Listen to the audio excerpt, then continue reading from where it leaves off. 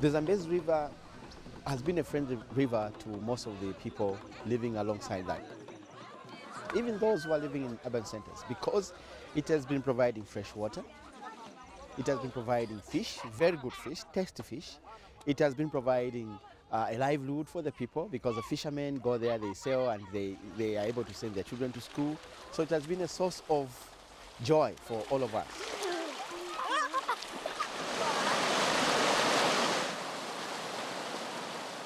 But obviously, in the recent past, we have seen that that river has become a source of worry because with it is coming destruction, with it is coming of death, with it is coming of destruction of crops, with it is coming of bringing on board poverty and hunger for the people. The floods were devastating in that they destroyed people's homes, they destroyed people's fields, subsequently destroyed their food base and displaced quite a lot of people. The floods in Angola are very heavy, and when they hit those provinces, they bring on very high impact, negative impact.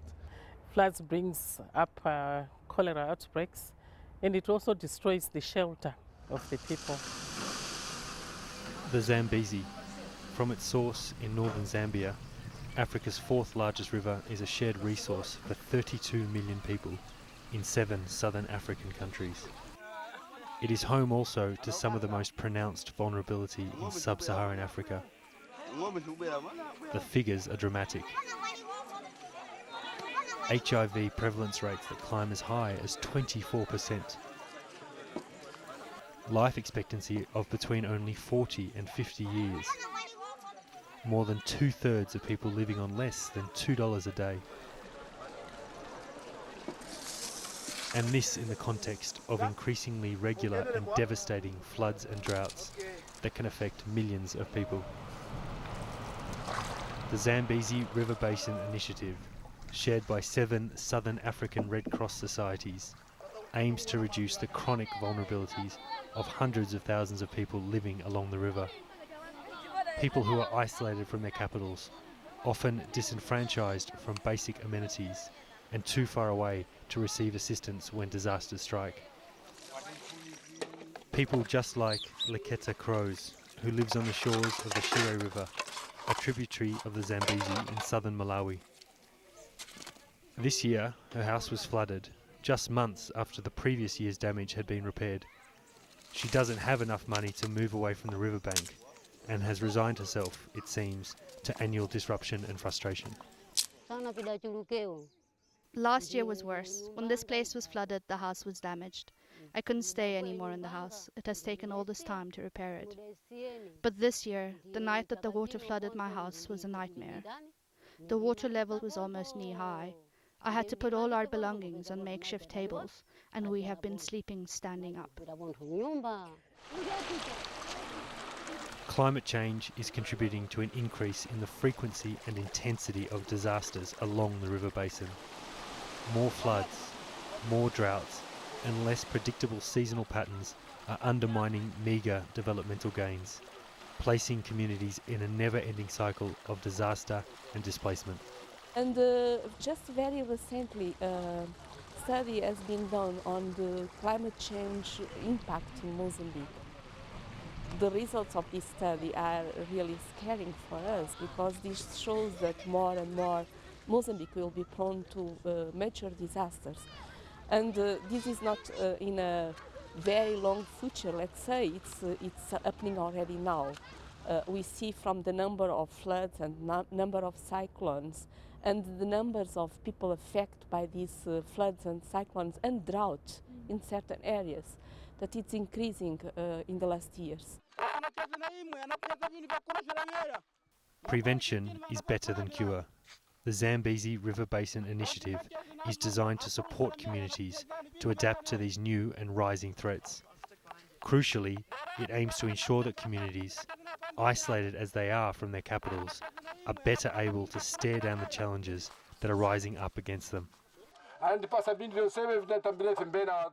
It aims to create early warning systems, linking isolated villages to scientific warnings. It aims to build the resilience of communities to ensure that they are better informed and better prepared.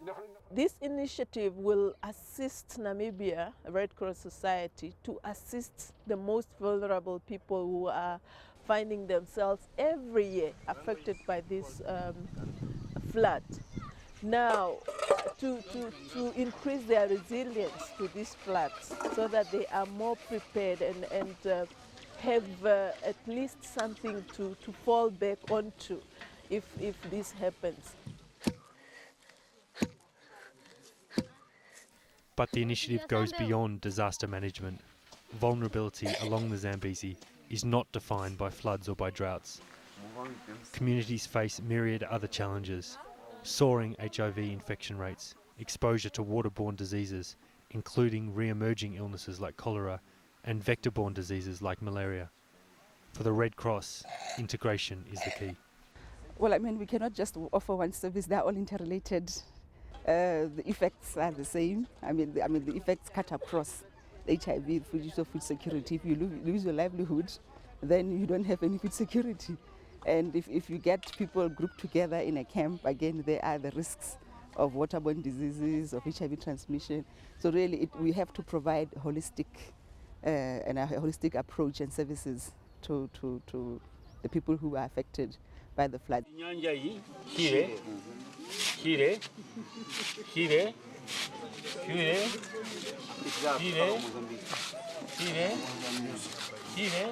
Communities are at the heart of the Zambezi River Basin Initiative. By listening to their insights and by strengthening the capacity of local Red Cross branches, the initiative aims to build on existing coping mechanisms, empowering communities to seize control of their own destinies, to implement their own solutions. The initiative also recognises that communities living along the river basin share challenges and resources. By coordinating across borders, Red Cross societies will ensure that successes and lessons are shared in each of the 7 countries. It is an initiative which will bring up a project which will cover 7 countries which are crossed by the Zambezi River. It is important that all the 7 countries, they work together addressing the flooding which is coming from the Zambezi River. Of course, it's going to be a long-term approach. What is important is then it will mean that at country level we are able to come up with our own strategies, and then we share them as a team so that no other country will be affected by the flooding because of not sharing information. By working across borders, by moving away from traditional segmented programming, and by strengthening local capacity, this historic initiative will ensure that communities are better prepared to meet the challenges that they face in the short term, and that they are more resilient and secure in the long term. And also it's a forum where we can share ideas. What happens specifically in Malawi or in the lower Shire of the country is not the same thing that happens, for instance, in Zimbabwe or in Zambia. So this grouping will be able to share ideas, experiences, so that at the end of the day, the people will benefit from one national society to another.